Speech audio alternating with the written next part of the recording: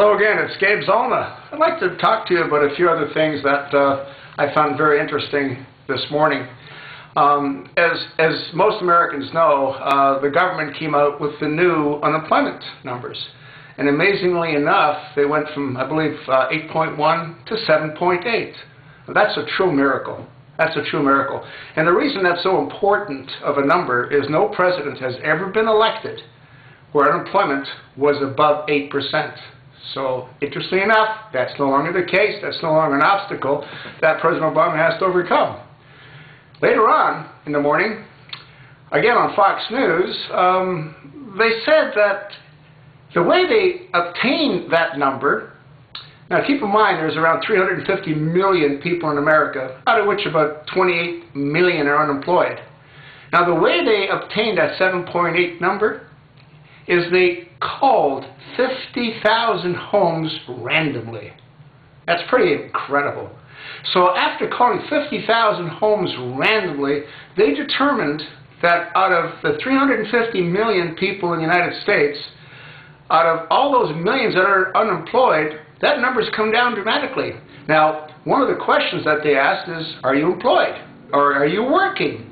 Well, let's define working. If you're selling Amway, well, yeah, you're working. Now, if you're selling Mary Kay, yeah, you're working. The question is, are you selling Amway and Mary Kay because you want to be, or is it simply a matter of you trying to survive because you're no longer working? This whole thing's insane. I mean, it's completely insane. And part of the problem we have in this country is that people are not aware of the facts. Now, the other question that has to be asked is, well, if you call these numbers randomly, what area codes do you call into? Are you calling into Beverly Hills? Are you calling into Flint, Michigan?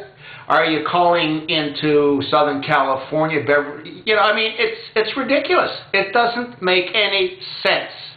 There is absolutely no way that anybody with a half a brain in their head believes that the unemployment is at 7.8%.